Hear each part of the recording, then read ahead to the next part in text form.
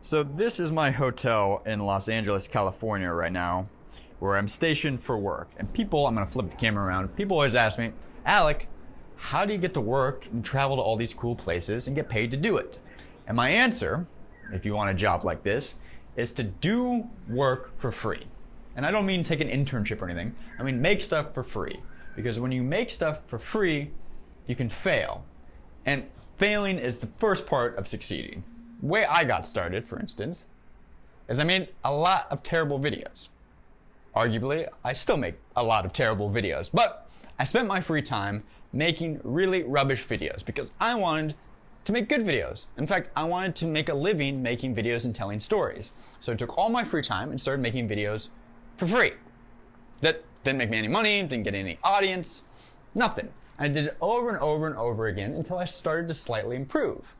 And that's important because when you do things for free, you can fail.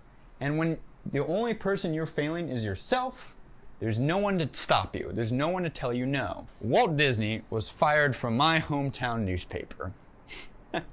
That's right. And Kansas City Star fired Walt Disney when he was a young lad in the early 20s.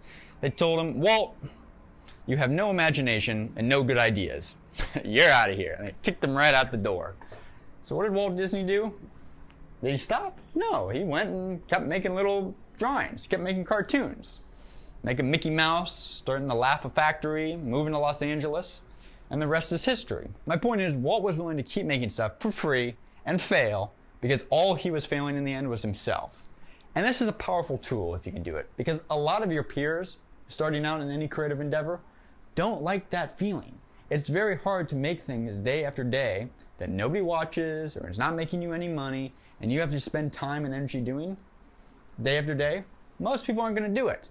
And that puts you leaps ahead of all your peers. Third point I want to talk about. Don't measure things just because they're measurable. You will find people and companies, institutions like to measure things that are easily measurable. It's human nature, but it can be misguiding. I'll give you another example. Views. Let's talk about videos. So a lot of media companies like to measure views, just like YouTubers.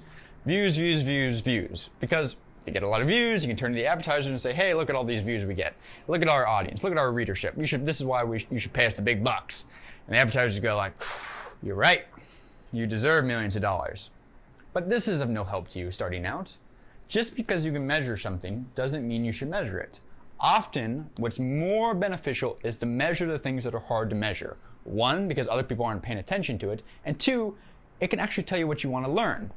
So your focus starting out shouldn't be how many views or what's my readership or why am I not making any money or why am I getting, you're looking at your AdSense check and it's 4 cents for the month and you're just thinking, I'm done with this. No.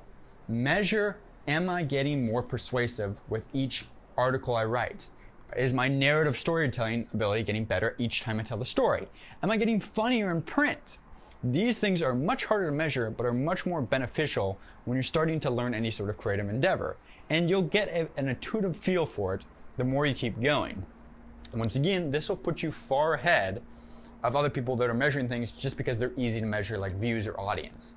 And often, because they're easy to measure, they're more easily manipulated. Let's take views again. So views are views, right? Except for they're not, because different platforms have different measurements for what are a view. Some, like Facebook, counted a view at 3 seconds. Some, like YouTube, counted it at 30 seconds.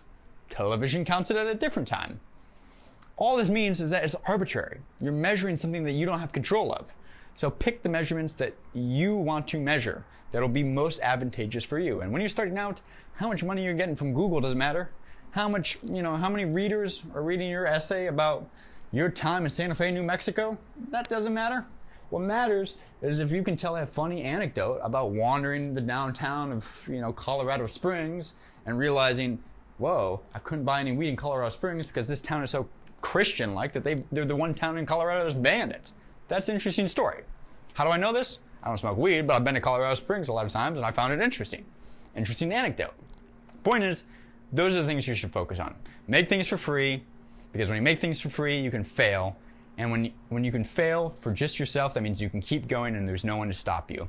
Anyway, if you found this video interesting or even moderately insightful, click like, subscribe. Figured you'd like this more pragmatic advice than my my actual thoughts on how to operate in this world, which is to repeatedly throw scissors and hope the universe responds with paper, which is a more bleak existential worldview, but that's not very practical, so we won't go into that. Anyway, thanks for watching, guys. You can click like, subscribe. Hopefully you enjoyed this video. If you did even moderately found this insightful, click around for another one here. I'll see you guys tomorrow. Thanks for watching.